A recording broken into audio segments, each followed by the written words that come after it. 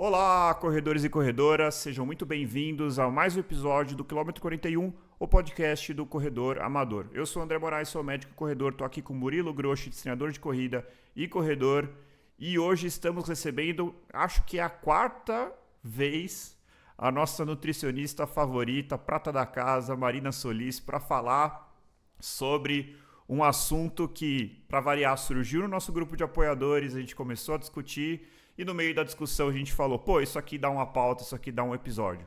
Vamos falar sobre jejum, treinar em jejum. Isso é uma coisa que é capaz de promover aí uma adaptação, a ensinar a gente a metabolizar gorduras ou é apenas uma moda, um risco desnecessário? Quais são os possíveis benefícios, se esses benefícios são apenas teóricos ou se eles são reais? E também falar dos possíveis riscos. Muito bem, vamos lá. Vamos lá, seja muito bem-vinda novamente, Marina, muito obrigado pela participação e obrigado também, Murilo. Bom, gente, é um prazer enorme estar aqui com vocês, que até pensando se eu sou prata, quem vai ser o ouro, tá bom? Porque eu já estou com a minha canequinha aqui, como sempre. Não, é o diamante da casa, pronto. Boa, então assim.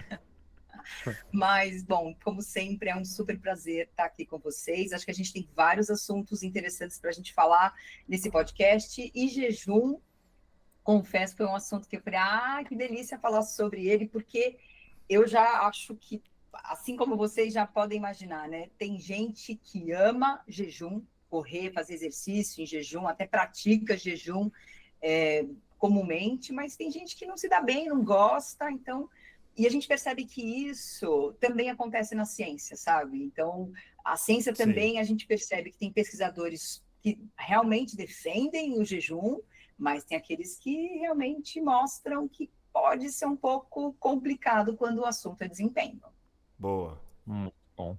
Bom, pessoal, prazer novamente estar com vocês aqui. Marina, meu agradecimento também pela sua presença em mais um episódio conosco. O tema é bem polêmico, né, pessoal? Assim, a gente vai trazer ali, Marina vai trazer alguns pontos ali científicos para a gente conversar sobre esse assunto. Talvez a gente ganhe um hater ou outro, tá tudo certo também. Eu não funciono bem com jejum, né? Já vou antecipar, eu sou aquela pessoa que quando tem que fazer exame de sangue de manhã já fico de mau humor, que eu não vou poder tomar meu café da manhã. Mas eu sei que também tem pessoas que super defendem ou se dão bem. A gente vai falar um pouquinho também sobre isso, né? Às vezes na rotina da pessoa treinar em jejum acaba sendo mais funcional, né? Logisticamente falando, às vezes funciona. O que essa pessoa tem que tomar de cuidado ou não? O que ela pode colher de benefícios ou, de repente, malefícios, né? Sobre isso que a gente vai conversar hoje. Muito bom. Então, só para contextualizar, gente, a gente tem aqui 4 pontos para trazer para a gente começar a discutir. Primeira coisa, eu queria definir o jejum. Tipo assim, a partir de quantas horas é jejum? Né? A gente vai fazer exame, é um jejum de 12 horas. Para muita gente é muita coisa. Né? Para outras pessoas, 12 horas é algo que ela faz todos os dias. Janta 8 da noite, acorda às 7 e vai comer 8 da manhã. 12 horas. E isso é jejum? Não é? Outra coisa é o jejum, aquela pessoa que eventualmente, eu não janto.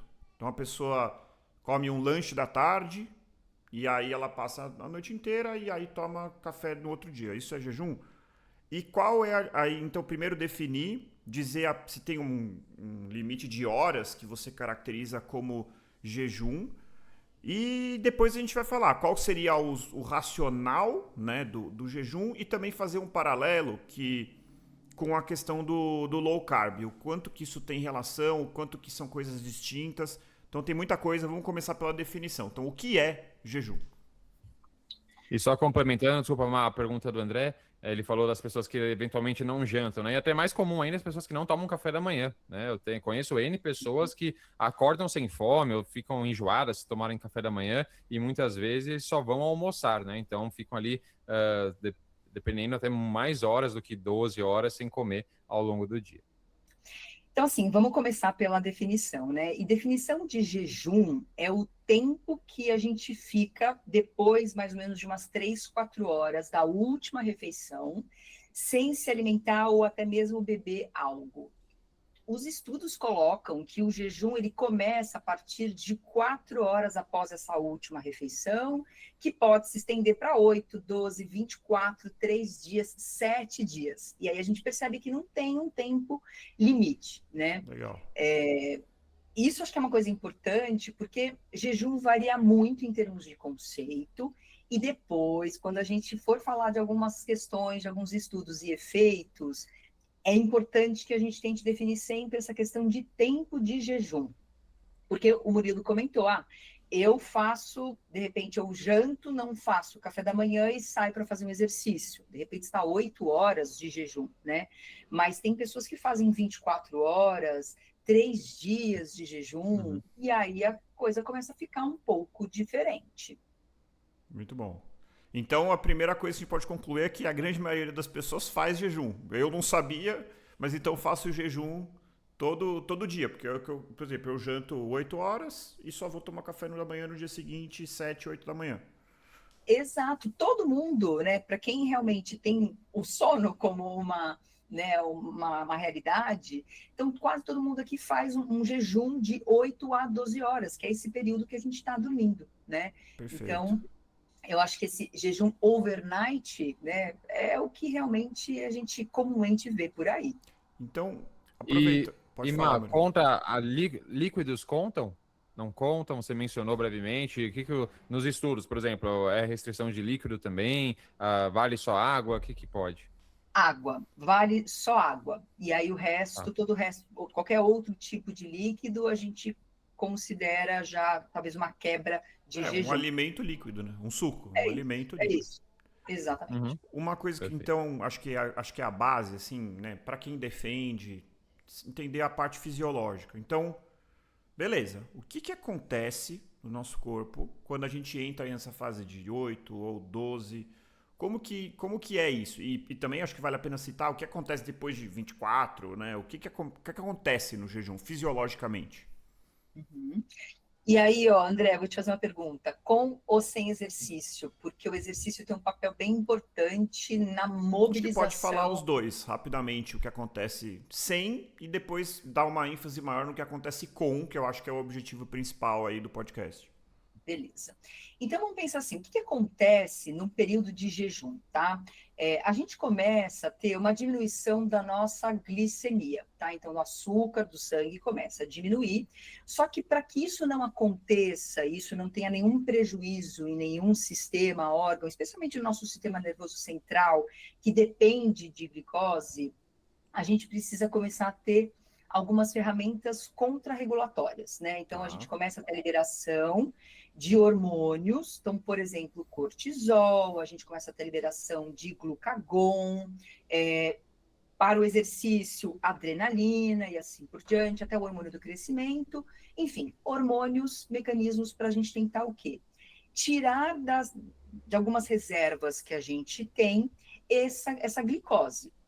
Entre as nossas reservas, a gente pode ter um fácil acesso, que é o glicogênio hepático, ou seja, a glicose que está armazenada no nosso fígado. Então, acho que um dos primeiros estoques que a gente começa a mobilizar para manter, para sustentar essa glicemia estável, são essas reservas de glicogênio hepático. Depois, se esse jejum começar a prolongar, a gente começa a mobilizar outros estoques também de glicose, como, por exemplo, a glicose que está dentro do nosso músculo. Mas isso acaba acontecendo aí de horas mais avançadas em diante. Então, acho que em termos, assim, fisiológicos, a gente já começa a ter uma mobilização de substrato, principalmente para sustentar essa glicemia e, claro, energia nas demais células que a gente precisa, obviamente, mesmo durante o sono. A gente está gastando energia, a gente está tendo um dispêndio de energia para respirar, bater coração, sonhar, enfim, nossas atividades corporais continuam, inclusive, em alta intensidade, né? Como exercício. Muito bom. Bom, perfeito. Então, nos diz uma coisa. Quanto tempo dura aproximadamente esse glicogênio hepático? A gente tem uma resposta para isso? A ciência nos diz algo a respeito disso? Você mencionou ali que até jejuns ali não tão duradouros, esse glicogênio hepático dá conta. A gente está falando de jejum de quanto tempo? 24, 48 horas? A gente tem uma resposta? Então, assim, ó, vou te dar uma resposta bem rápida, só para a gente poder imaginar. Que em repouso, a partir de umas 4, 8 horas, a gente já começa, né, a usar esses estoques de glicogênio hepático. Mas, quando o assunto é glicogênio, é super importante a gente entender, tanto glicogênio hepático quanto muscular, existem diversos fatores que influenciam a quantidade desse glicogênio. Um deles, por exemplo, é a dieta. Então, se a pessoa comeu carboidrato antes ou não, isso vai impactar muito nas concentrações de glicogênio. Então, eu não tenho muito uma resposta certa para te dar, porque a gente precisa realmente conhecer esse indivíduo e os hábitos desse indivíduo. Então, outro fator que influencia glicogênio é a questão do status de treinamento daquela pessoa. Então, quanto mais bem treinado, maior é a capacidade, a habilidade dessa pessoa a armazenar glicogênio. Então, são muitos dos fatores. Uma coisa que eu acho que é interessante, que assim, a gente está falando de glicogênio muscular. Quanto tempo dura? Também depende de quanto a gente utiliza. Se você está fazendo uma atividade física extenuante, consequentemente, acho que vai acabar muito rápido. A melhor maneira da gente pensar isso é, por exemplo, na maratona. Geralmente, a gente tem lá, o cara fez carboload, treinou para maratona, ou seja, ele é um indivíduo bem treinado e que teve um aporte de carboidratos intenso nas últimas 48 horas. E aí a gente sempre fala que a partir de 2 horas, 2 horas e meia, você depleta o estoque de glicogênio. Inclusive aquela associação é um pouco discutível, mas é um dos fatores que se correlaciona com o muro, né, que a gente já tem episódio inclusive sobre isso, é a depleção do estoque de glicogênio. Então, é muito variável, né? E aí, acho que o grande ponto que eu acho que assim, quem advoga e quem defende, né, essa prática, né, treinar em jejum, que é diferente de apenas fazer jejum, seria a gente partir para a utilização maior de lipídios, né? Que a gente já falou aqui em outras oportunidades, que a gente tem 2 tipos de estoque. Um que é rápido, altamente, que você consegue mobilizar e gerar glicose de forma rápida, que é você ir lá e utilizar o seu glicogênio, seja o muscular, seja o hepático, mas o problema dele é que ele é limitado.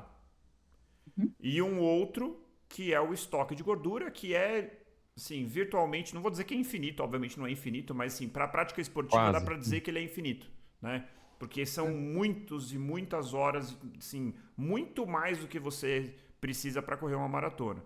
E aí, acho que o racional principal é, será que deixando o meu corpo num estado de depressão, né, e forçando ele a utilizar os estoques de gordura, eu vou estar ganhando performance, vou estar utilizando me tornando mais eficiente na metabolização de gorduras? O que a gente tem de resposta sobre isso, Má? Se isso faz sentido, se é muito no campo teórico ou não? Então, assim, eu acho que vamos então voltar um pouco. Eu acho que é sempre importante a gente entender como funciona a nossa fisiologia e a gente vai começar indo para os nossos raciocínios. Se faz ou se não faz sentido, né? Então, eu comentei rápido o efeito do jejum no nosso organismo, que a gente começa a mobilizar os nossos estoques, né? Então, maravilha. Então, se em jejum ou na falta do alimento, eu começo a mobilizar aquilo que eu tenho de reserva. No estado alimentado é o oposto, né? A gente tem o hormônio da insulina, que vai fazer exatamente o oposto, que é armazenar, então, a glicose na forma de glicogênio, se tiver gordura na forma, né, de tecido adiposo, né, glicerócitos graxos lá no meu tecido adiposo, e, claro, isso também é um belo estímulo para a síntese proteica. Então, a gente sempre está, né, em alternância nesses estados normalmente, né? Porque a gente não fica comendo o tempo todo. Então, por horas, a gente vai ter períodos de jejum sem se alimentar, que a gente vai estar nesse período mais de quebra, e quando a gente está se alimentando, né, horas subsequentes, a gente está nesse período mais de estoque, que a gente chama de anabolismo. Então, a gente sempre está intercalando hoje na nossa rotina atual, né? Talvez no nosso passado, no homem pré-histórico, a gente passasse por muitos períodos longos de escassez, mas hoje em dia a gente já não tem mais essa realidade. Bom, dito isso, a gente entende que o nosso organismo ele tem uma flexibilidade metabólica muito alta. O que significa isso? A depender do substrato disponível, eu consigo ter a produção de energia. Então, se eu tiver um consumo, por exemplo, de carboidrato rápido, e eu tenho lá maior quantidade disponível, eu começo a desenvolver todo um maquinário para que eu consiga oxidar, utilizar mais carboidrato como energia. Agora, se eu tiver, de repente, uma diminuição de carboidrato, então, porventura, eu faço isso por uma low carb, faço isso por uma dieta cetogênica, ou até mesmo pelo jejum mais prolongado, então eu não tenho carboidrato circulante disponível, ou até mesmo meus estoques já estão lá para baixo, eu não vou deixar de produzir energia. Eu consigo usar a gordura como fonte de energia para continuar fazendo as minhas atividades. Então, eu quero a gordura localizada aqui no meu tecido adiposo. Se eu tiver glicogênio, vou usar glicogênio tanto hepático quanto muscular, vou começar a usar glicerol, lactato. Até mesmo a gente percebe maior produção de corpos cetônicos. Então, o jejum, quando a gente acorda de manhã, aquele bafinho matinal, né? Aquilo é produção de corpos cetônicos, porque eu estou usando gordura como fonte principal de energia. Então, acho que isso já é um sossego para todos nós, que a gente tem energia e a gente consegue fazer as nossas atividades, né? Bom, vantagens e desvantagens. Quando a gente pensa nessa flexibilidade, quanto mais carboidrato eu como, melhor eu fico em utilizar carboidrato. Por outro lado, se eu não consumir tanto carboidrato, eu vou começar a desenvolver todo o maquinário para oxidar mais gordura. E eu vou ficando mais eficiente mesmo em oxidar mais gordura. A gordura, ela é mais complexa para ser metabolizada, então eu preciso necessariamente das minhas mitocôndrias, que são organelas que ficam, né, nas nossas células, e por isso eu tenho vários outros processos, eu tenho um gasto de energia maior para oxidar a gordura. Então, eu até tenho um aumento do número dessas mitocôndrias e eu tenho até uma melhor eficiência mitocondrial, que a gente chama, que seria uma relação extremamente positiva quando a gente suprime carboidrato e a gente, porventura, aumenta o consumo de gordura, né, ou mantém o consumo de gordura, mas que a gente está estimulando mecanismos para ficar mais eficiente a queimar gordura. E muitos pesquisadores colocam o seguinte, pensando em desempenho, se eu utilizar mais gordura como fonte de energia durante o exercício físico, eu consigo ainda poupar o meu glicogênio muscular, que serve como uma moeda ouro, ou seja, uma moeda-chave ali, né, uma coisa extremamente valiosa. Quando eu precisar fazer estímulos de alta intensidade, eu ainda vou poupar aquele glicogênio para esses estímulos, para essa função. Então, mostrando que tem seus benefícios, né?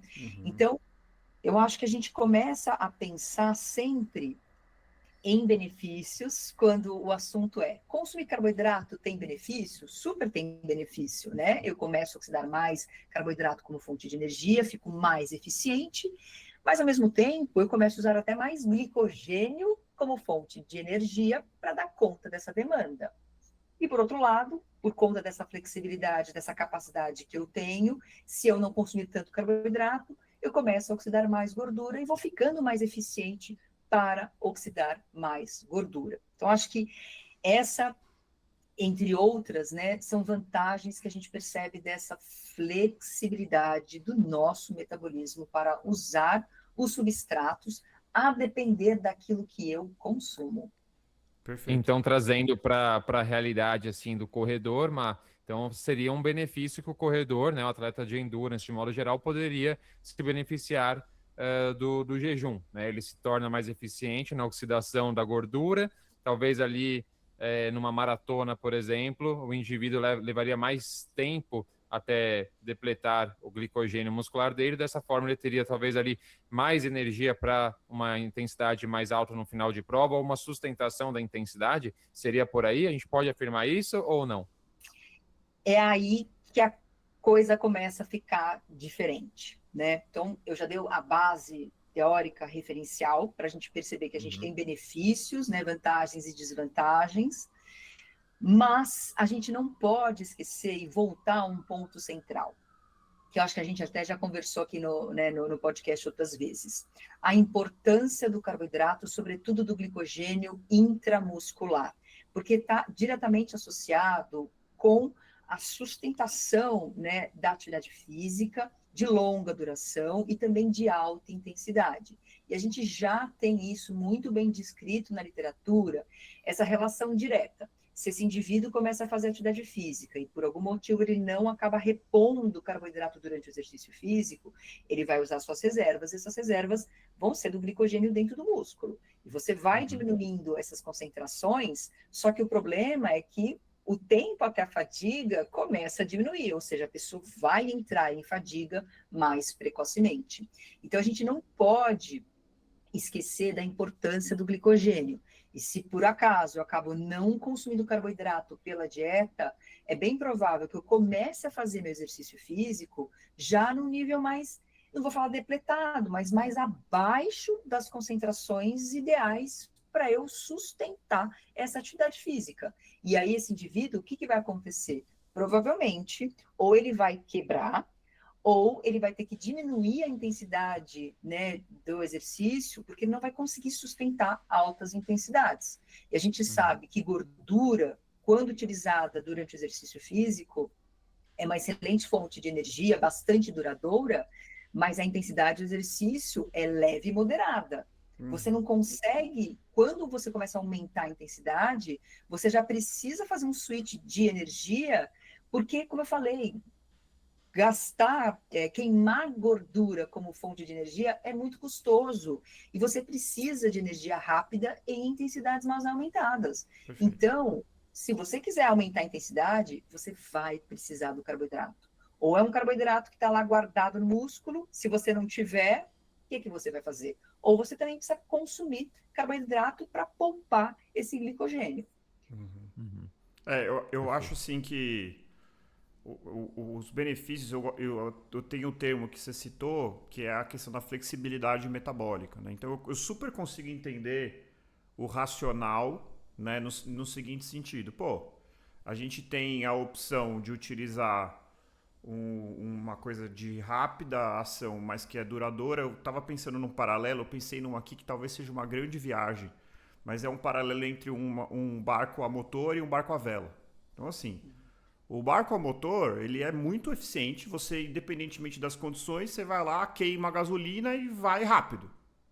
Porém, acabou a gasolina, você está ferrado. Você tem um tanque ali que é limitado, acabou.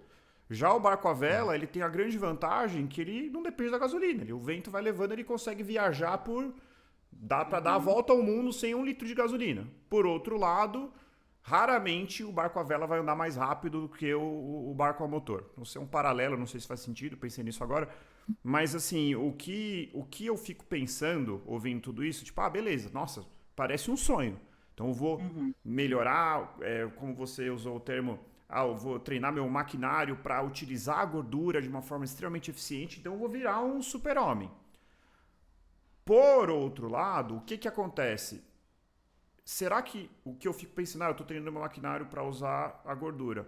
E o meu maquinário para usar o carboidrato? Porque, por exemplo, a gente sabe que a suplementação com carboidrato, até surgiu uma discussão no grupo de apoiadores esses dias, sobre suplementos, quais seriam os suplementos assim com maior evidência. E eu até falei, olha, eu não sou especialista, mas eu acho que para performance e endurance, talvez o carboidrato durante a prova seja assim um divisor de águas. Eu acho que talvez seja o mais impactante, muito mais do que suplementação com proteína, creatina nem se fala, enfim. Porque foi um divisor de águas, né? Você tem um aporte de carboidrato durante a prova, você consegue sustentar uma atividade de alta intensidade por por mais tempo. Então, assim, eu estou abrindo mão de usar o carboidrato para fazer jejum, treinar o meu lado de oxidação de gorduras. Mas eu preciso treinar também o uso do carboidrato. Não é incomum, como eu já falei 1000 vezes, eu não tenho esse problema. Tem gente que começa a querer, tomava 20 gramas de carboidrato por hora, aí começa a querer chegar no 40, no 60, passa mal. E aí a pessoa vai treinando e daqui a pouco ela consegue. E geralmente isso vem acompanhado de um incremento de performance. Então, assim, já passando assim para os riscos, a pergunta que eu tenho é, será que ao ficar fazendo jejum, eu não estou deixando de lado essa adaptação também por carboidrato? Então, acho que esse ponto do jejum é super importante de a gente até poder definir o jejum, né? Então, se é uma pessoa que faz, às vezes, jejum de 24 horas, então, claramente é um período que a gente já imagina que você já está tendo uma depressão de glicogênio, né? Hepático, principalmente, mas muscular também. Poxa, se essa pessoa for fazer um exercício de alta intensidade, ela vai ter prejuízo, né? Agora, é muito diferente o indivíduo, de repente, ele tem 8 horas de jejum noturno, ele não consegue comer nada, e ele vai ter um exercício, um estímulo de alta intensidade. Se for um exercício curto, talvez ele não tenha perda de desempenho, porque a gente não vai ter tempo suficiente para depletar esse glicogênio. Agora, se o tempo da atividade física for se prolongando, aí eu já acho que ele começa a ter perda de desempenho. Então, a gente não tem, né? A gente sabe que a saúde não é uma ciência exata, a gente sempre precisa considerar vários fatores, né? Mas eu concordo que tudo precisa ser muito bem pensado. E eu acho que uma das grandes preocupações que a gente tem em relação ao jejum, né? Primeiro é saber fazê-lo, não é só de qualquer jeito, mas é ter essa preocupação em relação aos seus estoques de glicogênio para que não falte caso você queira continuar performando, né? E porventura você tiver treinos de alta intensidade ou estímulos, né? De tiro, enfim, a depender da planilha que você está do teu treino, né? Do período de específico, é importante que você valorize, sim, né? Nunca deixar de valorizar os carboidratos. E aí, esse é um ponto também importante, porque a gente está falando de performance, aqui, claro, acho que é a importância que muitos atletas visualizam, mas a gente não pode esquecer que o baixo consumo crônico de carboidrato pode se associar com diminuição de sistema imunológico, os indivíduos podem ficar realmente com mais infecções de trato respiratório, a gente pode acabar diminuindo o consumo energético total do dia, isso cronicamente pode levar a uma um baixo consumo calórico relacionado ao exercício físico, então uma baixa disponibilidade de energia, né, que a gente chama. A gente começa a ter alguns prejuízos quando a coisa não é muito bem planejada, né? Então, acho que além do desempenho, tem questões de saúde que também valem a nossa atenção. Bom, Má, então, só complementando aqui mais uma pergunta, a gente pode dizer, Má, que aquele atleta aqui, primeiramente, se sente bem com a ideia de fazer jejum, né? Eu seria um que não me sentiria bem, né? Falei lá no começo. Mas uma pessoa que, ok, faria jejum sem grandes problemas, se sente confortável com essa ideia. A pessoa também associa isso à sua rotina de treinos, ou seja, evita fazer um jejum antes de um treino muito longo ou muito intenso, e principalmente de provas, faz isso com a supervisão de um profissional da nutrição. A gente pode dizer que mesclar a estratégia de momentos de jejum na rotina com momentos sem jejum e aí com aporte correto ali de carboidrato, esse atleta poderia se beneficiar e também treinar esse maquinário de oxidação de gorduras, mas ao mesmo tempo também em algumas sessões ter a presença do carboidrato, da suplementação de carboidrato também. Ele pode associar esses dois benefícios? Sem dúvida alguma, porque acho que esse é o ponto que a gente, né, quando a gente começa a perceber que existem vantagens numa estratégia e vantagens na outra estratégia, então, poxa, tem vantagens de eu, de repente, suprimir carboidrato para eu melhorar meu maquinário de queima de gordura. E, por outro lado, eu não posso deixar de comer carboidrato para que eu consiga sustentar atividades de alta intensidade. Então, se a gente tenta mesclar essas duas estratégias, me parece, claro, nos momentos corretos, uma alternativa bastante inteligente, né? E aí a literatura coloca alguns testes, alguns modelos para isso, né? Eu vou falar de dois, porque eu acho que valem a pena, porque o segundo foi um aprimoramento do primeiro, né? No primeiro modelo, né, que a ciência testou, eles chamaram de estratégia de Train Low, Compete High. O que significa isso? Bom, já que eu tenho vantagens em treinar com baixa disponibilidade de carboidrato, eu vou realmente diminuir carboidrato para que eu consiga ter essas adaptações metabólicas para a queima de gordura. Só que, próximo de provas ou treinos importantes, eu vou aumentar, vou fazer um load de carboidrato, né, antes, 2 dias antes dessa prova, desse treino importante. Então, você suprime ou diminui de forma importante consumo de carboidrato, mas depois você aumenta, né, dias antes da prova acontecer, da corrida, etc. Por isso que a gente chama de train low, compete high. Uhum. Bom, tem benefícios, porque a gente percebe, né, que alguns atletas tiveram perda de peso, então melhoraram, né, alguns parâmetros, inclusive oxidativos, pensando na questão de oxidação de gordura, mas quando feito isso de forma crônica, houve para alguns atletas perda de performance, maior risco de infecções, especialmente do trato respiratório, e pessoas que começaram, inclusive, a aumentar risco de lesão. Então, a gente percebe que para um atleta, em longo prazo, se faz isso de forma frequente, a gente fica um pouco naquela ideia de cobertor curto, sabe? Eu tenho benefícios em alguns momentos, mas eu começo a ter prejuízos em outros, né? E aí, com o passar do tempo e com o desenvolver das pesquisas, um outro modelo foi proposto, né? Que aí foi uma outra pesquisadora que eu gosto muito, chamada Louise Burke, que ela coloca aí um modelo colocado de sleep low, né? E o que seria o sleep low? E mais ou menos, ela coloca a ideia do seguinte: eu posso suprimir carboidrato, tá? Antes de treinos de intensidade leve e moderada. Mas eu preciso consumir carboidrato sempre antes, né, de atividades de alta intensidade. Então, se tem um indivíduo que ele treina, de repente, 2 vezes por dia, vamos pegar aqui, por exemplo, um triatleta, né, que é comum ter 2 treinos por dia. Sim. Se, de repente, no treino da manhã, ele fizer um treino de mais baixa intensidade, ele pode até ficar de jejum, não comer nada, até a realização dessa atividade física. Inclusive, não precisa nem suplementar durante. Se essa atividade física for de leve, moderada intensidade, não vai ter prejuízo em termos de performance. Bom, terminou essa modalidade. E aí, à tarde, fim da noite, assim, né? Começo da noite, fim da tarde, ele vai fazer um outro treino, mas de mais alta intensidade. Aí ele vai ter toda essa janela até antes do início desse exercício começar para repor o carboidrato. Então, ele recomeria, né? Ele reporia todo o carboidrato que ele acabou não comendo, para ele aumentar, inclusive, os estoques de glicogênio hepático e muscular, e durante o exercício, se necessário, fazer o uso do carboidrato. E aí, o que eles perceberam é que com essas estratégias que a gente chama de periodização de carboidrato, não havia prejuízo nem nos treinos, né, de baixa, moderada intensidade com a ausência do carboidrato, e nem mesmo nos treinos de alta intensidade, quando você já tinha a reposição do carboidrato e o consumo de carboidrato durante o exercício físico. Você, então, resultava em melhora de performance, porque houveram essas adaptações metabólicas, tanto para oxidar mais glicogênio em exercícios de alta intensidade, bem como gordura em estímulos de baixa intensidade.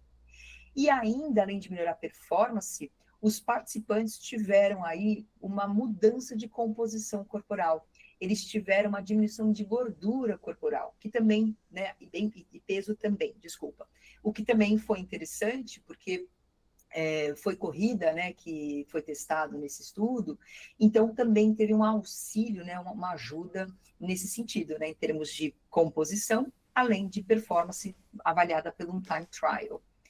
Legal. Então, sim, existe a possibilidade de a gente misturar, mas veja, a intensidade do exercício, bem como a duração, de novo, são ferramentas super importantes de conhecimento nosso, né, profissional, para que a gente consiga combinar, né, encaixar essas estratégias em momentos certos. Uhum. E se eu não me engano, Má, foi a estratégia que você utilizou comigo para a preparação da minha maratona no meio do ano passado, né? Então, eu lembro que tinha 2 rodagens da semana, que acho que por um período ali de 1 mês, 2 meses mais ou menos, a gente fez essa estratégia, que na véspera, né, dessa rodagem, eu acho que logo após o almoço, eu já iniciava uma rotina com uma ingesta um pouco menor de carboidrato, não menos comida, porque aumentava um pouquinho a quantidade, por exemplo, de proteínas, né? E aí então não passava fome, não era isso, até você pedia para que eu ficasse atento a isso, a gente até fez alguns ajustes, e aí eu treinava com essa, digamos, com uma quantidade menor, assim, de carboidrato, e isso provavelmente fez com que a minha performance melhorasse, né? Acho que é importante esse ponto, que não é passar fome, né? A quantidade de alimento é muito parecida, mas a composição alimentar ali muda um pouco de proporções, então a gente tira um pouquinho o carboidrato, aumenta um pouquinho proteína, principalmente. Muito bom. Isso daqui que vocês estão falando, assim, eu até estava lendo no livro falando sobre que a depressão do glicogênio é uma das coisas que desencadeia uma cascata de adaptação, né? Então, faz muito sentido, né? Você come um pouquinho menos e aí no dia seguinte você vai ou não fazer jejum por um tempo num treino leve. Você tá num treino leve, você não esperaria essa depressão tão importante de carboidrato, mas por você estar vindo de uma ingesta um pouco menor e em jejum, você consegue depletar o glicogênio num treino leve, né? E consequentemente você induz uma adaptação mais intensa, sempre com o risco de gerar mais fadiga, diminuir a recuperação, eventualmente levar a até... Não sei se tem isso, é uma coisa, Marina. Existe relação entre ingesta de carboidrato e overtraining, alguma coisa nesse sentido? Risco de lesão, eu acho que sim, e eu acho que uma coisa que... Por que eu, até confessando aqui, por que eu nunca testei essas estratégias? Por conta do meu histórico de lesões. Então, assim, eu penso que se você é uma pessoa que, como eu, aí já teve lesões pra caramba, não sei se é a melhor estratégia. Talvez você possa tentar de uma forma muito gradual, com muito cuidado. Não sei se você concorda, mas é a minha opinião. É por isso que eu nunca testei em mim, né? Eu acho que pessoas que nunca tiveram lesões ou que já fazem jejum, se sentem bem e não têm lesões, acho que estão mais, assim, vamos dizer assim, credenciadas a testar essa estratégia. E tem, viu, André, você comentou da questão do overtraining, né? A gente tem, sim, o overtraining é uma síndrome, né? Então, assim, você tem vários fatores associados Sim. que podem levar um atleta, e de forma crônica, né? Sempre, nada agudo. Mas um dos pilares que podem estar associados e fortemente é a questão da dieta. Baixo consumo alimentar, então baixo consumo de caloria e muito associado com baixo consumo de carboidrato. Porque, assim, para um atleta, né, se a gente pegar as diretrizes, ele tem que consumir pelo menos, né, algo próximo de 60% das calorias diárias só de carboidrato. E às vezes muitos nem conseguem atingir isso, nem a caloria necessária, e muito menos consumir tudo de carboidrato, né? Então, às vezes, um atleta, ele sem saber, ele já faz uma dieta low carb, às vezes ele passa muito tempo sem se alimentar, às vezes por falta de informação, etc. Às vezes ele acaba fazendo um jejum prolongado, administrando mal essa questão da alimentação, né? Então, eu acho que acho não, né? A ciência mostra que sim, tem uma associação bem importante com o histórico de lesão, de overtraining, o próprio REDS, que a gente chama, né, que é uma síndrome também da deficiência energética relativa ao esporte, que acomete tanto homens e mulheres, especialmente em modalidades de endurance, modalidades que dependem do peso corporal. Então, tem várias questões aí de saúde que, quando a gente percebe que começa a haver um aumento do volume de treino, a gente começa a ter realmente uma preocupação, sabe? E precisa ter uma preocupação mais aumentada quando o assunto é nutrição. É claro que eu, sou nutricionista, vou sempre puxar minha sardinha para esse lado, mas, pô, esse cara, ele precisa começar a se hidratar melhor, ele precisa se alimentar melhor, precisa ter uma organização em termos nutricionais, verificar se precisa ou não de suplementação, né? Sono, que é algo também fundamental. Então, a gente começa a ter uma atenção muito mais redobrada quando esse indivíduo começa a ter um ritmo e um volume de treino, né? E eu sei que a gente fala muito de atleta aqui, né? Ou às vezes os estudos trazem muito atletas, mas pessoas comuns que também começam a aumentar muito o volume de treino, igualmente precisam começar a ter uma preocupação mais aumentada para esses aspectos básicos da saúde, né? Então, sono, alimentação, né? Putz, fortalecimento, saúde de todos os aspectos, né?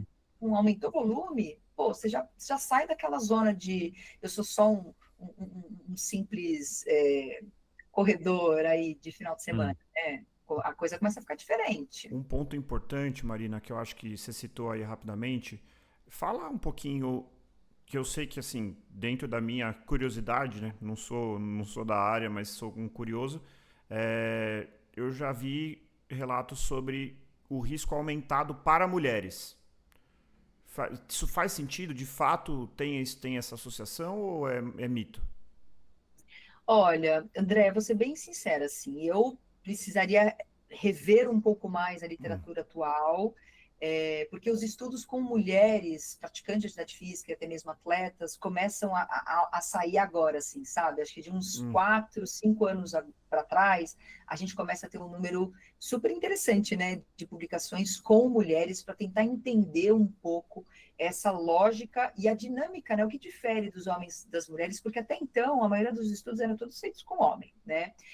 Mas assim, é claro, mulher tem uma capacidade menor, né, de armazenar glicogênio até pelo tamanho, pela quantidade de músculo que essas mulheres têm, né? Então, acho que tem algumas alterações diferentes, eu não sei se também passa por questões hormonais, mas fisiologicamente tem algumas diferenças. Mas eu não saberia te dizer se, de fato, as mulheres precisam ter uma atenção maior do que os homens, sabe? Tá. Eu acho que ainda a gente pode pensar na relação volume, intensidade de exercício e etc. Eu não Até sei porque se... tem mulheres que treinam muito mais do que, né? Depende da mulher, eu acho, né? Então, se é uma mulher de alta performance ou um amador que treina com volume, intensidade, eu acho que... E uma última pergunta que assim, eu já imagino a resposta, mas assim, eu acho que a gente fala muito no sentido de performance, mas eu tenho certeza que muita gente, a gente já falou isso aqui em outros momentos, inclusive no episódio com a minha esposa Juliana, se correr emagrece, né? E muita gente vem para a corrida buscando ou controle, né? Então, perdeu peso e não quer ganhar de novo, ou buscando emagrecimento. E especialmente, a gente não vai se propor aqui a discutir, né, as seitas, e isso não, vou até tirar essa, não aceitas, mas as pessoas que defendem o low carb, as pessoas que defendem o high fat, as pessoas que defendem o jejum intermitente, tem vários modelos, né? Não tem, eu acho que nem a literatura é capaz de dizer se um modelo é melhor que o outro, né? Mas assim, a pergunta é objetiva. Fazer jejum vai ser capaz de fazer a pessoa emagrecer? Olha, eu já vou dar uma resposta bem direta e reta, tá? O que faz uma pessoa emagrecer é o déficit energético, tá? Não é o jejum e não é o fato da pessoa estar em estado alimentado e fazer exercício físico. Então, você precisa sempre ter esse déficit energético. E até eu queria propor para a gente poder fazer umas contas rápidas, porque quando a gente pensa em correr em jejum e essa lógica de que eu vou queimar mais gordura, então eu vou tirar essa gordurinha localizada, a gente precisa ver se na prática isso realmente se traduz em números expressivos ou consideráveis que façam diferença de fato, tá? Então, eu até trouxe aqui alguns números para a gente poder fazer essas comparações. Vamos pensar que a gente treina 2 dias diferentes, tá bom? Todos nós aqui, a gente vai treinar em 2 dias diferentes. A gente vai fazer o seguinte, a gente vai correr 8 quilômetros, tá? Numa intensidade de 60% do VO2 máximo, que seria uma intensidade moderada, tá? Então, imagina aqui todos os nossos ouvintes, a gente vai fazer 2 treinos, né? Dia 1 e dia 2, nas mesmas condições. Treino moderado, e aí correndo 8 quilômetros. Vamos pensar que no primeiro dia, né, a gente se alimenta. A gente não vai fazer treino em jejum e a gente vai, de repente, comer uma coisinha, uma banana, alguma fonte de carboidrato, tá? E vamos pensar que para esse exercício de 8 quilômetros, a gente teve um gasto calórico pela atividade de 500 quilocalorias, tá bom? Então, correu 8 quilômetros, a gente teve um gasto de 500 quilocalorias. Se eu me alimentei, mais ou menos, tá? Dessa energia que eu estou gastando, 10% vai vir da gordura, tá? Então, desses 500... 50. Exatamente. Boa, Murilo, que já fez boa conta aí. Então, 50 calorias que eu gasto dessas 500 quilocalorias vem de gordura, tá? Beleza. Então, isso aqui no estado alimentado.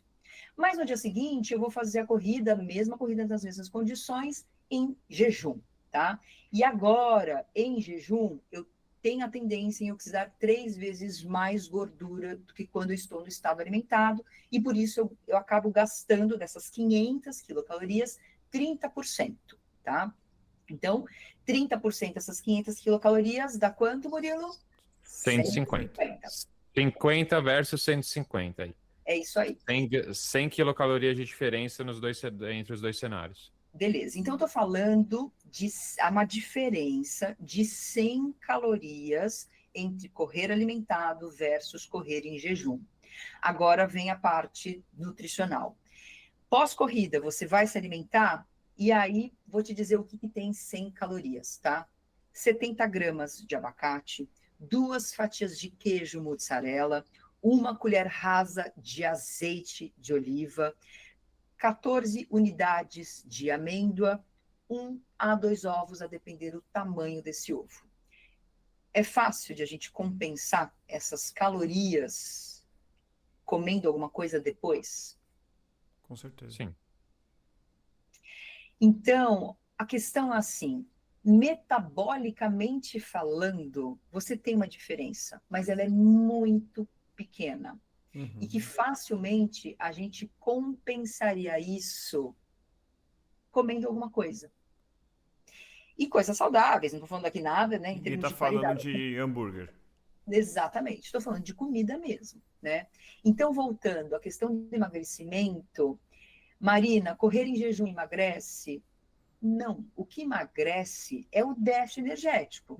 Ah, mas e se eu associar jejum com déficit energético? Aí a história é diferente, porque você deixa de compensar ou de comer essas 100 quilocalorias. E aí, cronicamente, você pode ter aí uma perda de peso. Mas entenda que não é o jejum que levou a isso, e sim o déficit.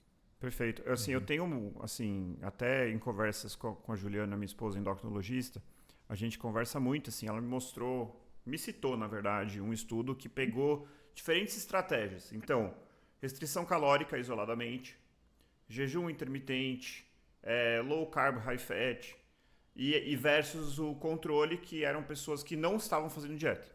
E a conclusão do estudo todas as estratégias levaram as pessoas a emagrecer. Então, dentro de um estudo controlado e tal, que receberam uma dieta específica, todo mundo emagreceu versus a pessoa que seguiu a dieta habitual. Ou seja, o que eu tendo a acreditar, né, sobre esse ponto específico? Por que tem pessoas que se encontram na low carb? Porque para aquela pessoa, a execução do low carb deu muito certo. É uma pessoa que já não era... Assim, qual que é o seu prato preferido? O cara vai falar assim, puta, para mim é picanha. Então já era uma pessoa já com hábitos alimentares, assim, aquela coisa que ele gostava mais não foi tirada dele. Então ele não tá, aquela pessoa que às vezes acha que massa é comida simples, não é nada demais, né? Agora, pega uma pessoa que, assim, o cara ama comer macarrão. E aí você vai fazer low carb para ele. Esse cara não vai conseguir sustentar isso no longo prazo, porque você tá tirando dele algo que ele gosta muito, né? Então, assim, tem pessoas que sem tomar café da manhã não consegue nem sair de casa. A pessoa sai na rua, parece que ela tá bêbada ou que não dormiu bem. Tem pessoas que simplesmente não tomam café da manhã, né? Então, assim, aí a gente vai usar a palavra de sempre, individualidade biológica e mais do que isso, individualidade cultural. Você pega lá um britânico, o que ele come no café da manhã? Ele come salsicha, parece um almoço, né? O café da manhã deles é um almoço. E o almoço é, sei lá, um negocinho, alguma coisinha que você come. O mais, né? Então, assim, e o brasileiro, eu acho que a gente é um pouco diverso. Tem pessoas e pessoas, a gente não tem um padrão assim tão claro.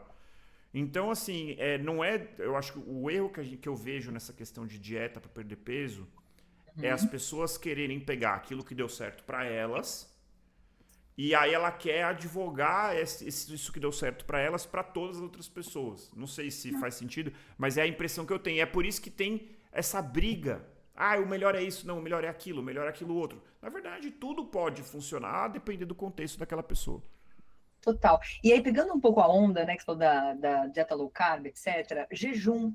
É isso. Tem gente que não gosta de jejum e se incomoda com o jejum. Mas tem gente que gosta e se dá super bem.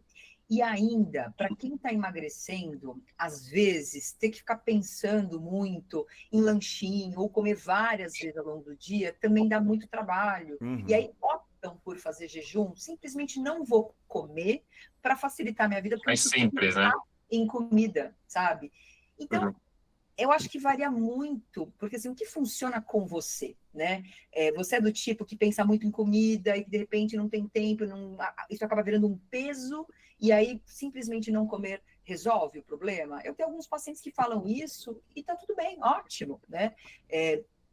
Quando o assunto é emagrecimento, é exatamente isso, André. O que importa é déficit energético.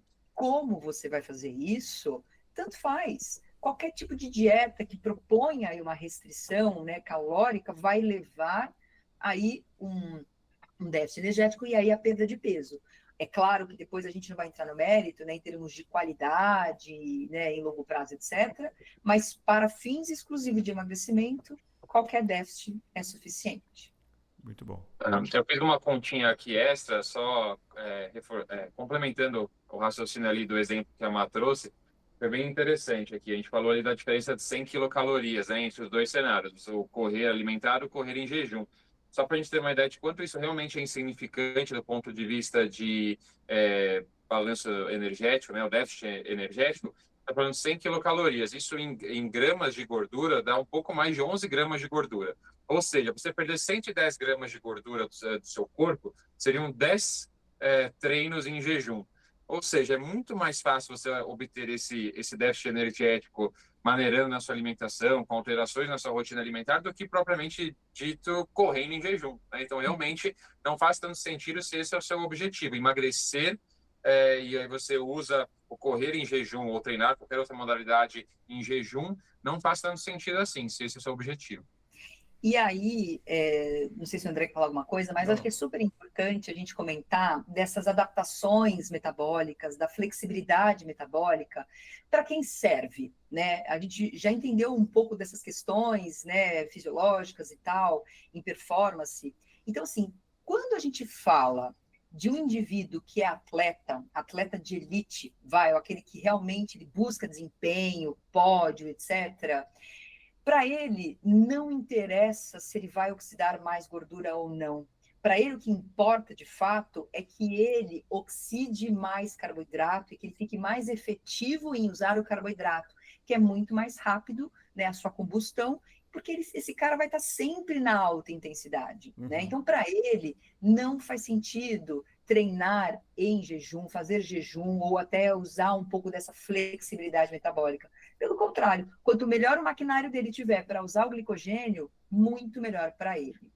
Agora, para as outras pessoas, né? Então, de repente, pessoas que querem saúde, melhorar assim, pequenos parâmetros, pessoas como eu, talvez como vocês, né? Os nossos ouvintes, talvez para esses indivíduos seja legal a gente pensar nessas flexibilizações metabólicas estrategicamente, né, colocando isso, né, muito bem colocado antes de treinos de baixa intensidade, quando tiver treinos de alta intensidade, garantir o carboidrato, e aí a gente consegue ver efeitos interessantes, né, em vários parâmetros, inclusive para perda de peso, que pode ser uma estratégia, né? Legal. Mas eu acho que diferenciar o público é super, super, super importante, porque quando a gente vai ver a literatura, né, em termos de performance, assim, exercícios de curta duração ou de baixa intensidade, você não tem prejuízo.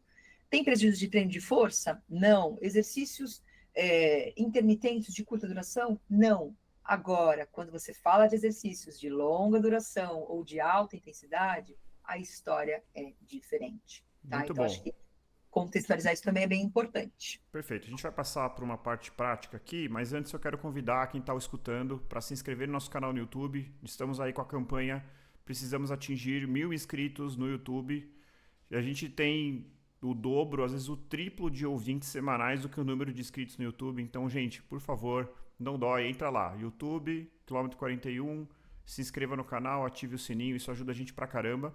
Se você acompanha pelo Spotify, que é a grande maioria, não tem problema. Siga a gente por lá, faça a avaliação, de preferência com 5 estrelas, mas dê o número de estrelas que você acha que a gente merece. Tá tudo certo.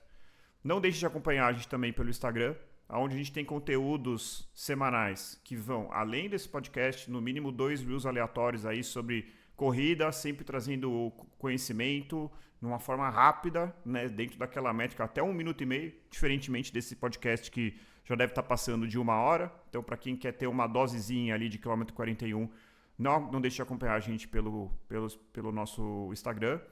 E para quem realmente gosta do que a gente faz aqui, estamos seguindo aí em busca da nossa meta no Apoia-se. Estamos em torno de 25% da nossa meta, então falta ainda uma grande pernada aí para a gente poder dizer que a gente salvou o podcast Quilômetro 41, porque esse projeto, para ficar de pé, depende de uma eles têm que ser sustentável no longo prazo. Estamos aproximando aí do episódio 100, com muita alegria. Acho que a gente criou uma biblioteca de conhecimento, então vão ser 100 episódios para todos.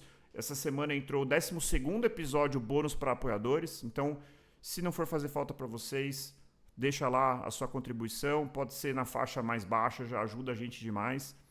E é isso, para que a gente possa sustentar esse projeto. Lembrando que se você se tornar apoiador, além de ajudar o podcast a não acabar, você entra no nosso Pelotão Quilômetro 41, nosso grupo fechado de WhatsApp, aonde inclusive eu tenho perguntas aqui que mandaram para a gente fazer. Algumas delas já foram respondidas ao longo da gravação, mas se tiver alguma coisa a mais a gente não vai deixar de atender. Aonde surgem discussões como essa ideia veio do grupo, então às vezes o grupo tomou vida própria. Então, às vezes, eu e o Murilo, a gente está lá, quando olha, tá todo mundo discutindo outras coisas, a gente entra no meio da discussão, né? Então, tá sendo super legal.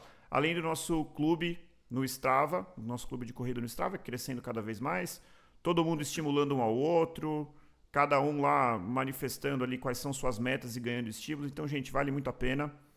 Além, é claro, dos episódios bônus, que, como eu já falei, é uma seção ali da biblioteca de conhecimento que está fechada só para os membros, né? Então tem muita coisa legal por lá. Agora em março entrou um episódio sobre consumo de bebida alcoólica, que foi um episódio super legal, também sugerido pelos apoiadores. Um episódio que eu tenho certeza que, se fosse um episódio aberto, ia fazer muito sucesso, né?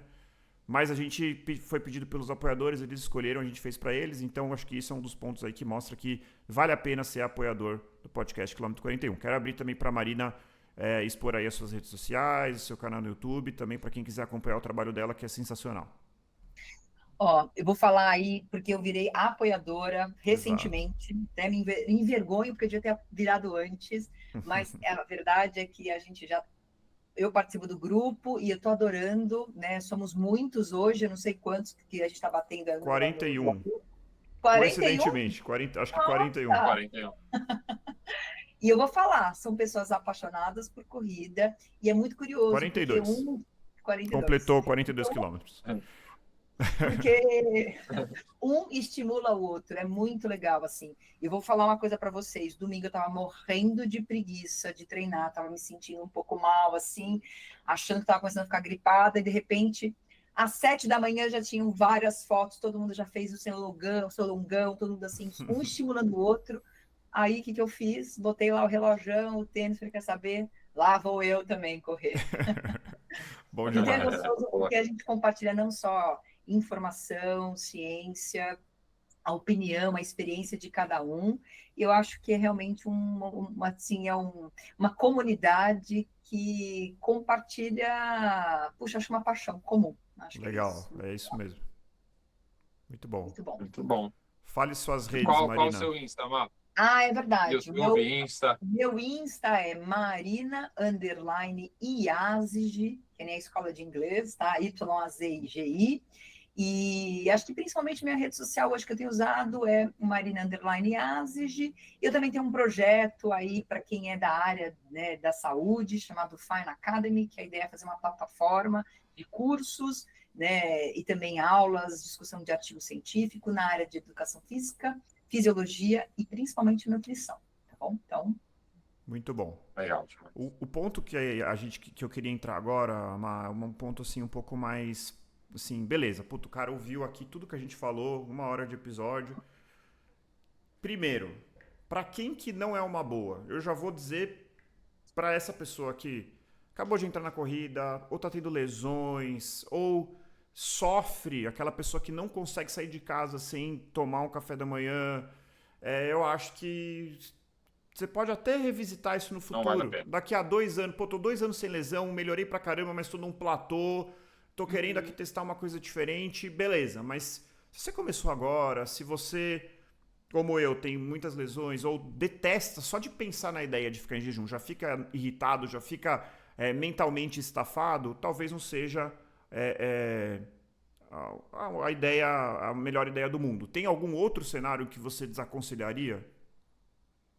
Eu também insiro, desculpa, mais um ponto. Eu acho que aquele atleta que talvez nem esteja começando agora, mas ele está de repente encarando uma nova distância pela primeira vez. Aquela pessoa vai fazer a primeira meia maratona, a primeira maratona, por que já no primeiro ciclo, para uma prova que tiver nova para esse indivíduo, ele já vai testar ali correr em jejum? Talvez não valha a pena, né? Deixa isso mais para frente, quando ele já tiver mais experiente, né, naquela distância. Daí pode ser que se beneficie de alguma forma, se bem feito, bem orientado, mas eu acho que um marinheiro de primeira viagem numa distância nova ali, eu Legal. acredito que não vale muito Faz a pena. Vamos ver sentido se a mesmo. Má concorda aí.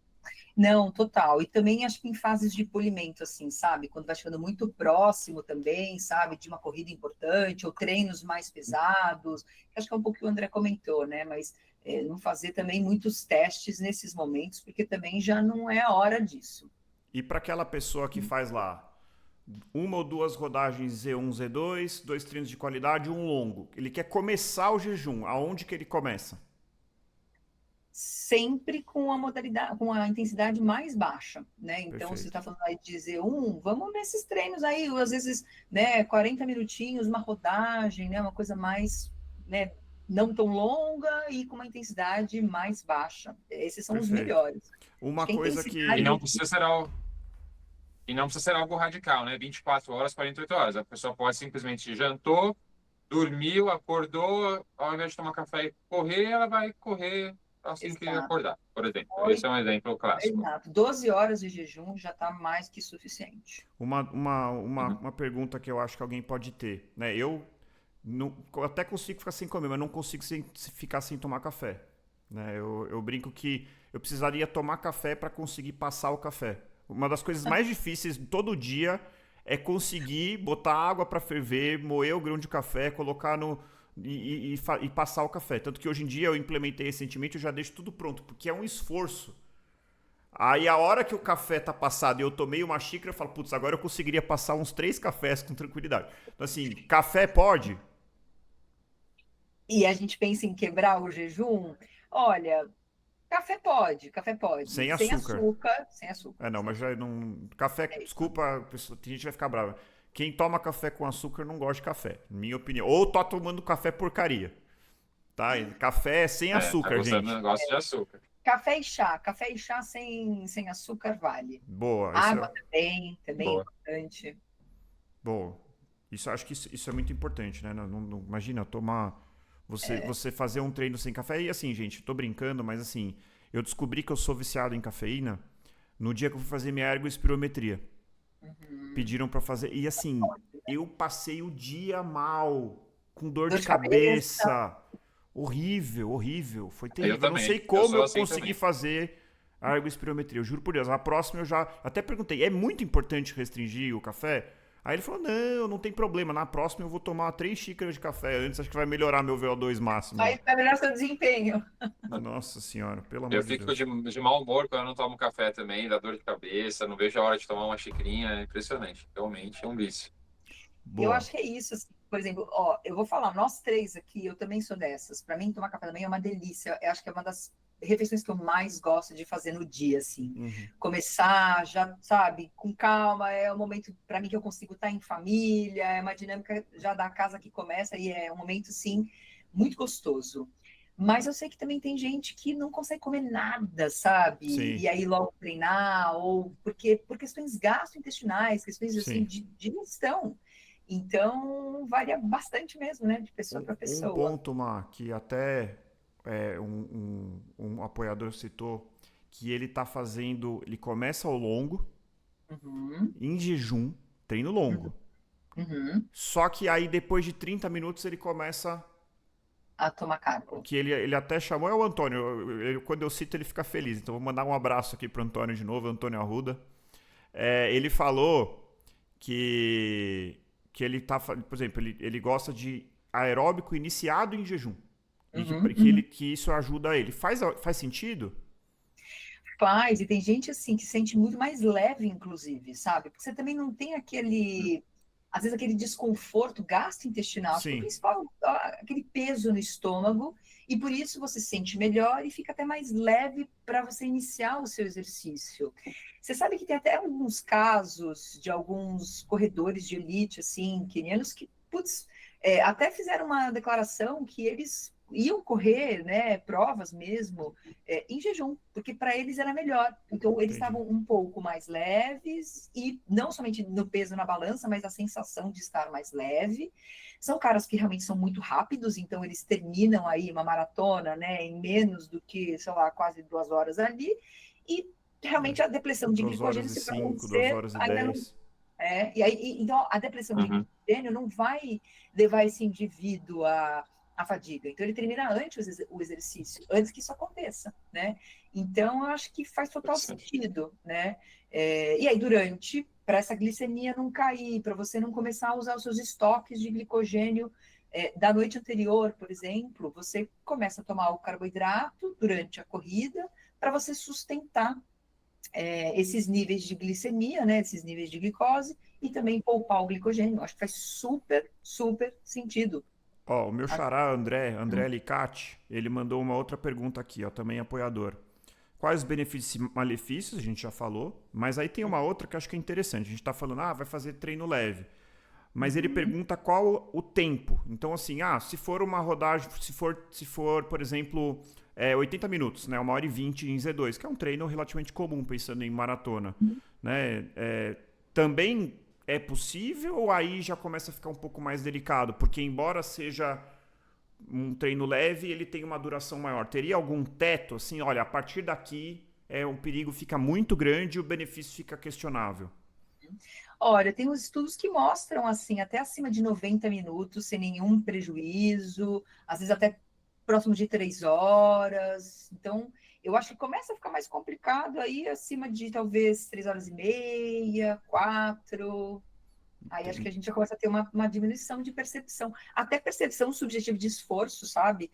E começa a ter, sabe o quê? Uma fadiga central, que às vezes a gente não dá muita bola, Uhum. mas que também é super importante que a gente comece a perceber, porque o carboidrato, quando a gente coloca ele na boca, ele tem um estímulo Com central, né? certeza. E se você ficar zerado assim de carboidrato, às vezes você até entra em fadiga, não é por questões periféricas, né? E sim por questões centrais, assim. Então, a A gente vai gente vai fazer um episódio sobre Mas fadiga e que é isso aí que você daqui 2 falou, semanas, né? perfeito. Que isso é exatamente, então assim, uma das coisas que tem o modelo do Central Governor, né, que é o Tim Noakes, que foi o cara que descreve, que propôs esse modelo aí de que a fadiga, na verdade, ela não é periférica, é uma fadiga predominantemente central. E uma Uhum, das coisas que o corpo monitora é como que está o estoque ou a glicemia, né? Então, se ele uhum. percebe que o estoque de glicogênio está acabando, ele já começa a falar assim: meu filho, para, vai com É isso. calma. E isso, Antes do, antes do corpo sofrer, né? O sistema nervoso central já vai desligando, reduzindo ali os exato. motores, né? Uma outra pergunta aqui, essa pergunta é boa, da Estela, também apoiadora. Como mensurar os benefícios da adaptação? Então, assim, beleza, o cara tava lá, começou a fazer, implementou o jejum e ele quer saber, tá dando certo? Melhorei, não melhorei? Como que a gente pode entender? Acho que o Murilo pode Mensurar, ajudar bastante também. quantificar. Não, total, eu vou passar a bola para o Murilo, porque o que eu responderia? Verificar se essa pessoa está melhorando parâmetros de treinamento, né? Correndo melhor, conseguindo aumentar ali, né, tempo, sustentar maiores tempos em alta intensidade. Eu falaria performance de uma forma bem genérica, E aí eu Sim, passo a bola para o é o que Murilo, eu que é o pensaria treinador. também. O melhor parâmetro, pessoal, é resultado, né? É você implementar a estratégia de jejum no meio de um ciclo de treinamento, como que foi o resultado na sua prova-alvo, né? Melhorou, não melhorou? Você acha que, de certa forma, impactou positivamente ali na sua performance no dia da prova? E ao longo dos treinos, como que foi sua disposição para os treinos? Como que foram seus resultados, assim, como foi a resposta de frequência cardíaca, de percepção de esforço Isso que eu ia nos treinos. complementar com Então, isso. comparar um treino, exato, um treino feito, o mesmo treino, né? Quando a gente fala em ciclos de treino, é muito comum que a gente repita o treino, ou treinos muito semelhantes ao longo das semanas. Então, fazendo um treino X em jejum, aí depois fazê-lo alimentado, quais foram as diferenças que você notou na sua percepção de esforço? Como foi a sua frequência cardíaca média? Tudo isso é importante, mas o principal é o resultado, né? É, Um ciclo de treino, de repente uma pessoa que se sente estagnada há muito tempo, tenta melhorar seu tempo e não consegue. Aí para essa pessoa, né, que já tem uma experiência naquela prova X, aí ela vai inserir uma estratégia de treinar em jejum. Melhorou a performance dela no dia da prova, então provavelmente essa cereja do bolo aí fez com que houvesse essa melhora. e eu acho que assim, uma coisa interessante sobre isso, assim, que a pessoa, vamos supor que ela implementou jejum. E aí eu até quero. É uma resposta e uma pergunta ao mesmo tempo.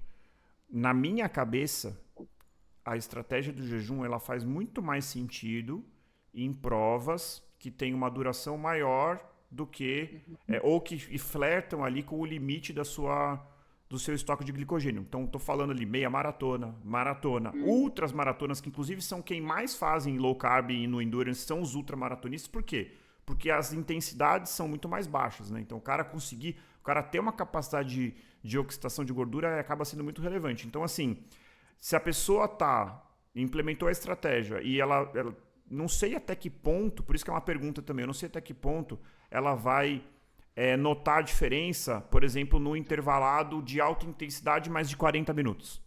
Ou numa prova de 5K. Eu acho que, porque no 5K, pela intensidade muito alta e a duração muito curta, mesmo esse cara, ele vai usar carboidrato, ele vai usar estoque de glicogênio. Agora, então eu acho que precisaria fazer um ciclo com essa estratégia, visando uma prova mais longa, uma meia maratona e uma maratona, porque aí de fato você vai ver se você melhorou seus estoques, se você usou mais gordura e assim preservou seu estoque durante a prova. Não sei se faz sentido. E eu acho, André, eu ia comentar exatamente isso, né? Porque às vezes não é a percepção de um único treino, né? Uhum, É sempre assim, algo que a gente consegue perceber de forma crônica, né? uhum. Então você faz a estratégia em diversos dias, depois de um mês, depois de 2 meses, você começa a ver se você está melhorando ou não está melhorando, etc. E aí, se você não estiver melhorando, é importante que você perceba que, de repente, você piorou performance, você está com dificuldade de recuperação muscular, você está prolongando esse tempo de recuperação, por acaso você acabou ficando mais doente, gripado ao longo desse período. Isso, Eu acho que reavaliar também, né? são pistas também clínicas que a gente pode pegar, né, avaliar, para ver também como estão outros parâmetros de saúde desse indivíduo, assim, sabe? Porque o desempenho é sempre uma coisa crônica, né? Então, às vezes, eu fiz um treino em jejum, fiquei super bem, mas é isso, de repente foi um treino pontual. Agora você está num ciclo, está treinando, e aí você está percebendo que você não está melhorando performance, está piorando recuperação, você começou a sentir dor, está ficando mais doente, acho que olhar para outros parâmetros também Com certeza. podem ajudar. Com certeza. Não só para a parte boa, né? Mas também para a parte ruim, né? E por fim, Exato. gente, tem umas perguntas do É isso. Luiz, mas coisas que eu acredito que a gente já tenha respondido. Mandar um abraço aí pro Luiz Bueno, também nosso apoiador. Jejum antes de treino é questão de preferência pessoal, individualidade biológica ou tem parâmetros gerais que podem ser observados? Eu acho que é um pouco de tudo, né? Uhum. Talvez uma pessoa que. Sabe um cenário em que eu acho que a pessoa poderia tentar? Aquela pessoa que tá na quarta maratona e todas ela quebra no quilômetro 30. Eu acho que a explicação mais provável é essa, tá saindo forte demais. Mas se não for isso, quem sabe você não tá realmente sofrendo ali com a depressão de glicogênio e não possa ter ali, dentre outras coisas, você pode melhorar a suplementação de carboidrato, você pode mudar, fazer uma primeira metade da prova mais conservadora e deixar para forçar um pouquinho mais no final. mas talvez para essa pessoa talvez faça algum sentido. Pô, será que esse cara tem uma capacidade muito baixa de utilizar a gordura como fonte de energia e isso daria um respiro para ele durar mais na prova, né? Acho que seria uma ideia interessante. E aí ele falou treinos que são mais afetados, acho que a gente já discutiu bastante. Então, vai aqui uma outra pergunta que a gente tinha colocado na pauta, essa não é de apoiador, é da pauta mesmo. Jejum todo treino. Existe algum cenário que isso pode ser colocado em prática ou é um pouco extremo? Eu acho, bom, se você fizer um treino sempre leve e moderado, não vejo problema. Não, mas pensando numa pessoa que faz um treinamento estruturado, com treinos de qualidade, treinos mais leves e treino longo. Então, eu acho que deve ser desaconselhado, porque a gente muda, mesmo num planejamento, né, de treino, é super importante que você tenha essas oscilações e a alimentação teria que acompanhar essas oscilações de duração e intensidade do exercício. Então, eu acho que não é uma boa estratégia caso alguém tenha de preferência, né, o jejum. Acho que é importante a gente alocar ele sempre que possível, se for de escolha, mas evitar, né, treinos com as características que a gente já também comentou. Sobre isso que você vai falar? Pode falar, amor, depois eu complemento. Sim, é sobre isso. Eu acho que vale aqui um ponto, né, que quando a gente fala, talvez alguém esteja ouvindo a gente e esteja pensando, poxa, mas eu realmente me sinto mal comendo de manhã, eu treino em jejum sempre, né? Então agora a Má falou que não aconselharia tanto essa pessoa a fazer isso, né? Principalmente antes dos treinos ali que a gente mencionou, treinos intervalados ou treinos muito longos. E eu acho que vale aqui, a Má me corrija se eu estiver errado, mas assim, a quebra do jejum não necessariamente é com um banquete de café da manhã, né? Muitas vezes essa pessoa se ingerir uma fruta, uma fatia de pão com uma geleia, né, uma fonte de carboidrato ali, isso já pode evitar com que ela tenha ali uma prejuízo na performance do treino dela, né? E outro ponto importante é a gente entender que o nosso sistema gastrointestinal, né, digestório de modo geral, ele é treinável, né? Então, aquela pessoa que usa não vou falar desculpa, não é bem uma desculpa, mas assim, essa pessoa que fala isso, não me sinto bem tomando café da manhã, poxa, talvez implementar aos poucos, né, alguma ingestão pela manhã, você vai se acostumar provavelmente com isso ao longo do tempo, né? Então acho que vale aí esse ponto também. E mais uma coisa, desculpa, André, vou te cortar, tá? Não, fique em paz. Porque Você é a assim, convidada, você tem prioridade. é muito importante que a gente, quando pensa no jejum, né, a gente está pensando no jejum principalmente, acho que matinal, logo antes da atividade física, né? Mas, se a gente estiver falando, uma pessoa que, de repente, treina de manhã, lembrar que esse consumo noturno, jantar, por exemplo, né, do outro dia, é super importante, impacta muito se essa pessoa também vai ter um prejuízo ou não no desempenho físico, né? Então, a gente está falando de um jejum de 8, 12 horas, a pessoa que não toma café da manhã e vai correr, é um cenário desde que ele coma bastante carboidrato à noite. Agora, se ele também não comeu carboidrato, ele já está com uma depressão de glicogênio, ele vai ter um prejuízo. Então, acho que assim, a gente volta a falar, é quase que impossível, né? A gente, quando fala de jejum, não falar de carboidrato, porque o jejum é uma forma de a gente diminuir os estoques, já começar a usar, né, os nossos estoques de glicogênio, tanto hepático quanto muscular. E aí a minha preocupação sempre é essa, né? Como que essa pessoa vai começar a fazer atividade física? Com qual nível de glicogênio? Então, se ela fez uma refeição no dia anterior que tenha carboidrato, ok, vai começar ali com mais ou menos uns 400 milimol de glicogênio dentro do músculo. Ah, se ela fez um café da manhã, opa, já passa para 600. Mas se a pessoa, de repente, não faz uma refeição rica em carboidrato, não toma café da manhã, ela já passa para uma concentração próxima de 300, que está muito próximo do nível crítico, que fica próximo de 200 milimol de glicogênio, né, por músculo seco. Ou seja, essa relação de performance e concentração de glicogênio, a gente nunca abandona, né? E o jejum, ele tem um pouco dessa característica para a gente tentar entender o quanto que eu estou suprimindo de carboidrato pela minha dieta, que vai impactar nas concentrações iniciais de glicogênio dentro do meu músculo. Exato. Todo mundo já teve aquela experiência, essa coisa de acordar com fome. Eu não acordo com fome na maioria dos dias. Mas se eu como pouco no dia anterior, ou se eu janto cedo, acordo tarde, isso hoje em dia é raro na minha vida, mas assim, eu acordo com fome, então depende muito do que você comeu. Quem nunca foi num jantar, sei lá, numa festa de aniversário um pouco mais tarde, comeu um pouco a mais, acorda no dia seguinte que, nossa, não consigo nem pensar em comer. E pula o café da manhã, porque tá muito repleto do alimento ainda do dia anterior. Se for uma refeição rica em gorduras, né, e rica em proteínas, também às vezes demora mais para digerir aquilo, né? A fome demora um pouquinho mais para vir. E sobre o que eu ia falar sobre essa coisa de treinar em jejum todo dia, e aí é uma coisa de racional, não é estudo, não é nada, mas é a minha opinião. Quando a gente fala de treinamento em geral, gente, a gente sempre tem aquela máxima de você dar o estímulo, depleta, causa lesão muscular, causa uma provocação para o seu corpo e depois você recupera. Então, imagina que você foi treinar em jejum, você já estava com estoque baixo de glicogênio, aí você depletou. Principalmente se você estiver visando perder peso, aí você fez restrição calórica. No dia seguinte, você vai estar, muito provavelmente, talvez até um pouco pior do que no dia anterior, no sentido de mais depletado ainda. E aí você vai lá, depleta mais ainda. Aí você faz restrição e você vai se depletando. Quase nunca isso promove... quase nunca isso é benéfico, pensando em treinamento. Adaptação. É por isso que a gente não faz treinos de qualidade 3 dias seguidos. Mesmo quem faz, né, que é o pessoal, os noruegueses fazem lá o double threshold, fazem de manhã e à tarde.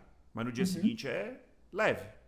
Porque ele precisa recuperar, repor estoque de glicogênio, fazer um recovery ali para depois, no outro dia, fazer um outro treino.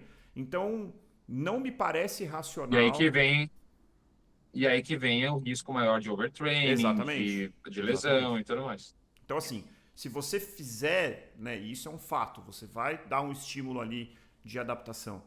Dá tempo para o seu corpo absorver esse treinamento. Né? Às vezes eu tomo bronca do meu Garmin e ele fala, esse exercício de alta intensidade pode promover uma grande adaptação desde que ele seja seguido por um período de recuperação. Né? Então, assim, tá certo. É isso mesmo. Não tem problema treinar forte desde que você recupere depois. Não tem problema você fazer o jejum, né, com todos os cuidados que a gente já citou aqui, desde que você depois permita também um momento de recuperação. Gente, acho que passamos por tudo. Não sei se o Murilo tem alguma pergunta adicional. Eu acho que a gente pode chegar a algumas conclusões. Então, assim... Passamos. As conclusões que eu tiraria, né? Tem um racional biológico bem fundamentado. Acho que isso é muito claro. Né? Faz sentido... do ponto de vista até biomolecular, ali tem, a gente não ficou falando, mas tem várias vias que sabidamente são ativadas com a depressão de glicogênio. Criar a capacidade de oxidar a gordura de uma maneira eficiente também tem um racional e uma lógica muito forte. Então eu acho que tem um espaço, tem um papel, eu acho que tem um racional. Obviamente, não é para todo mundo. Eu acho que vale muito a pergunta do porquê você está pensando em fazer isso. Né? Tome cuidado, coisas do tipo, estou fazendo porque a minha amiga fez e emagreceu. Né? Isso é muito comum. Ah, não, tal pessoa... É isso que quando eu falo seita, não é no sentido de dizer que está errado. É no sentido de que as pessoas pregam. Né? Então, assim, a tal pessoa se deu bem com o jejum, ela começa a pregar. E aí, de repente, a pessoa recebeu o sermão e vai seguir aquilo. Mas o que você está querendo buscar? Onde você quer chegar? Você quer melhorar a sua performance? Você faz endurance ou você corre 2 vezes por semana porque você gosta e não tem problema nenhum, tá? Lembrando disso que eu não vejo problema nenhum em correr 2 vezes por semana, muito pelo contrário. Você está na frente de muita gente. Então, assim, acho que vale a pena perguntar o porquê e sempre considerar qual é o seu histórico de lesões. Se você, uma coisa que a gente acabou não falando, mas acho que vale a pena citar rapidamente, distúrbios alimentares. Uma pessoa que já teve ali uma anorexia, por exemplo, tomar cuidado, né? É uma coisa que sempre que a gente fala de dieta, a gente tem que lembrar, né?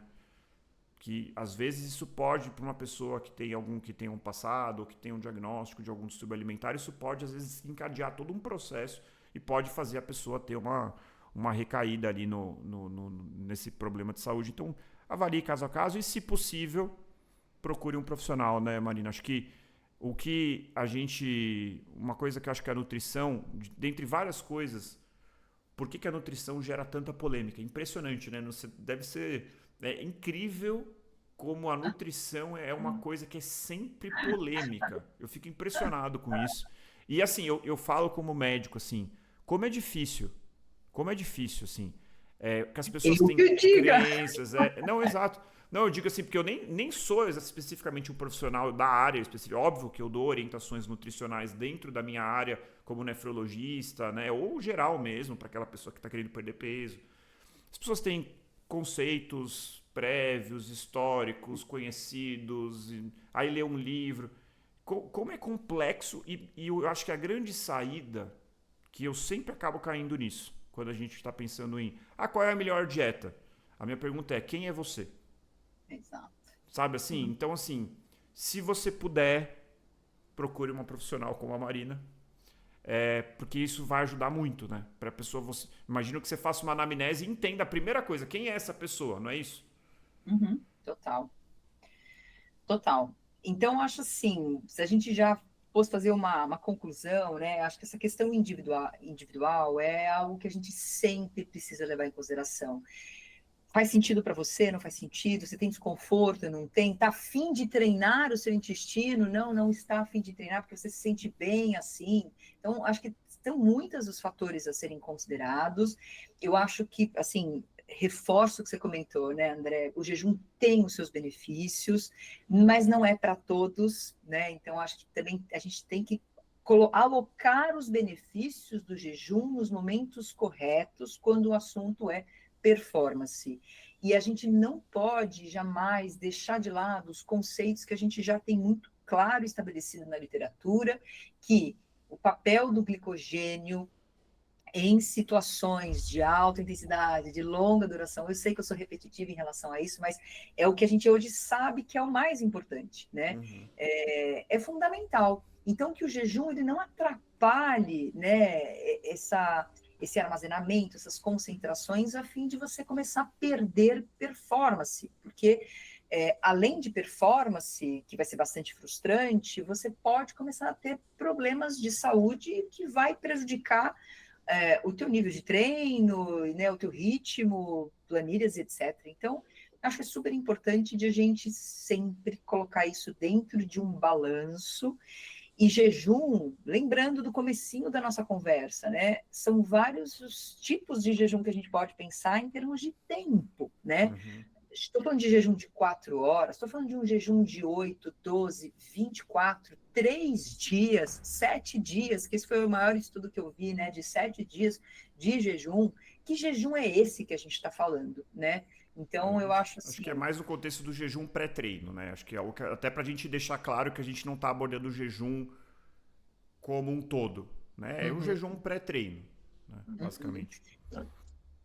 Então, eu acho que assim, a gente pode explorar as ferramentas, né, que a gente tem, as preferências, individualidades em situações e circunstâncias, e é isso, acho que nada na vida funciona igual para todo mundo, né? Então, eu concordo plenamente com a tua fala, e às vezes a gente vai ver, sim, profissionais que defendem muito, né? Não, faça jejum, faça isso e aquilo e tal, mas claro que a gente viu que tem benefícios, mas não expõe o outro lado. Então, a gente sempre tem esses dois lados, e a gente precisa conhecer as vantagens e as desvantagens para a gente saber se aquilo serve para mim ou não, ou em que momento que isso serve ou não, né? Então, acho que é um pouco por aí. Perfeito. Eu acho que a gente colocou, né, o tema que é tão delicado assim, e trazendo ciência e muita ponderação, a gente colocou o tema jejum no seu devido lugar, né? Porque tudo não é uma fórmula mágica, né? Então, ele não é, nossa, a fórmula mágica para você emagrecer, a fórmula mágica para você melhorar a sua performance, né?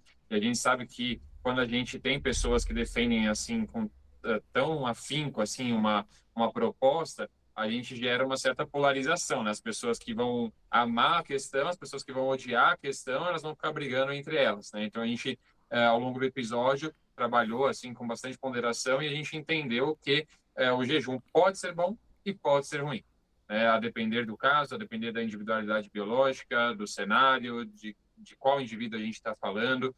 Então, foi um episódio aí com certeza bem esclarecedor, né? Para nós, assim, acho que foi bem bacana o bate-papo e eu tenho certeza que para os nossos ouvintes aí também. É isso, assim. E também, assim, gente, também eu acho que legal também, só para finalizar, tem outro extremo. Aquela pessoa que todo treino, vai fazer um treino de 1 hora, toma 2 géis de carboidrato. Vai fazer...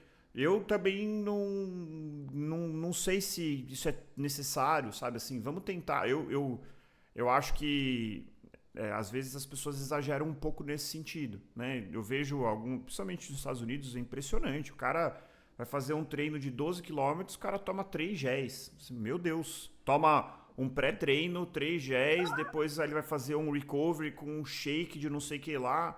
Tipo, meu, calma, sabe assim... Come ali uma banana, faz seu treino e depois come, sabe? Não que seja errado.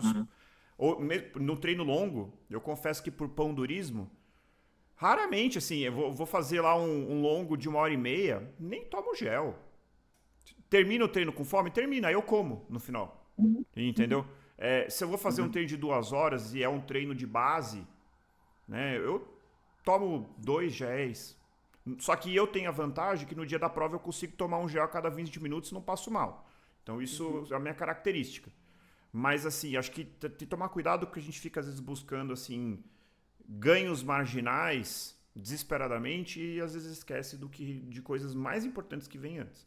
Então, aliás, eu queria fazer um episódio inteiro sobre ganhos marginais. Sobre todos esses 1% que às vezes as pessoas estão buscando e às vezes elas esquecem do 80%. Né, que é o grande ali, né, que realmente faz diferença. Mas isso é motivo para outro episódio. Então, eu queria agradecer demais aí a participação mais uma vez da Marina. Acho que a gente deu 1 hora e 40 aqui. Para quem chegou até aqui, parabéns e obrigado. Coitada. Você realmente prestigiou aí, foi um dos episódios mais longos que a gente já fez. E se deixar, a gente vai falando. Então, muito obrigado mais uma vez. Está sempre convidada. Valeu, Murilo. Obrigado também. Acho que foi uma conversa muito boa. Valeu, Mar. Obrigado, André. Poxa, muitíssimo obrigada. Foi um prazer, gente. A gente se vê numa próxima, hein? Muito bom. Então, Isso aí, corredores e corredoras... quinto episódio para mais, André. Boa. Então, corredores e corredoras, encontre o seu motivo para continuar correndo. Nos encontramos no próximo quilômetro 41. Até lá. Tchau, tchau, pessoal. Até.